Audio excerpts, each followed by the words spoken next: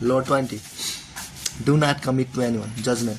It is the fool who always rushes to take sides. Do not commit to any side or cause but to yourself. By maintaining your independence, you become the master of others, playing people against one another, making them pursue you. Part 1. Do not commit to anyone, but be courted by all. If you allow people to feel they possess you to any degree, you lose all power over them. By not committing your affections, they will only try harder to win you over. Stay aloof and you gain the power that comes from their attention and frustrated desire. Play the virgin queen, give them hope, but never satisfaction. Observance of the law. When Queen Elizabeth I ascended the throne of England in 1558, there was much to do about her finding a husband. The issue was debated in Parliament and was a main topic of conversation among Englishmen of all classes. They often disagreed as to whom she should marry, but everyone thought she should marry as soon as possible, for a queen must have a king and must bear their heirs for the kingdom. The debates raged on for years. Meanwhile, the most handsome and eligible bachelors in the realm, Sir Robert Dudley, the Earl of Essex, Sir Walter Raleigh, vied for Elizabeth's hand. She did not discourage them, but she seemed to be in no hurry, and her hints as to which man might be her favorite often contradicted each other. In 1566, Parliament sent a delegation to Elizabeth, urging her to marry before she was too old to bear children. She did not argue, nor did she discourage the delegation, but she remained a virgin nonetheless. The delicate game that Elizabeth played with her suitors slowly made her the subject of innumerable sexual fantasies and the object of cultish worship. The court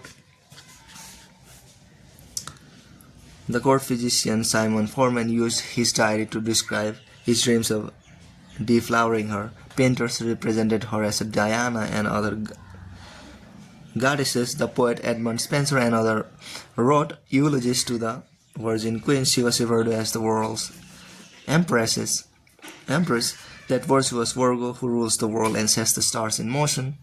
In conversation with her many male suitors would employ bold sexual innuendo on the air that Elizabeth did not discourage. She did all she could to stir their interest and simultaneously keep them at bay. Throughout Europe, kings and princes knew that a marriage with Elizabeth would seal an alliance between England and any nation. The King of Spain wooed her, and did the Prince of Sweden and the Archduke of Austria. She politely refused them all.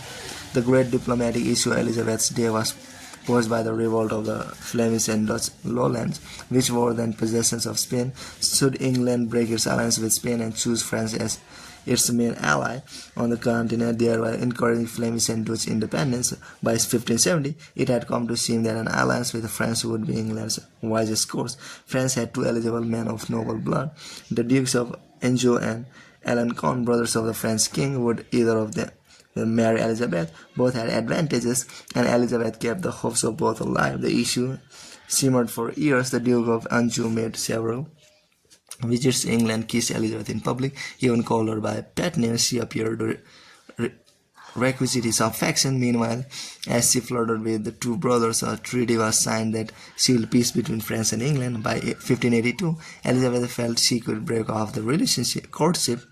In the case of the Duke of Anjou in particular, she did so with great relief. For the sake of diplomacy, she had allowed herself to be courted by a man whose presence she could not stand and whom she found physically repulsive. Once peace between France and England was secure, she dropped the uncourteous Duke as politely as she could.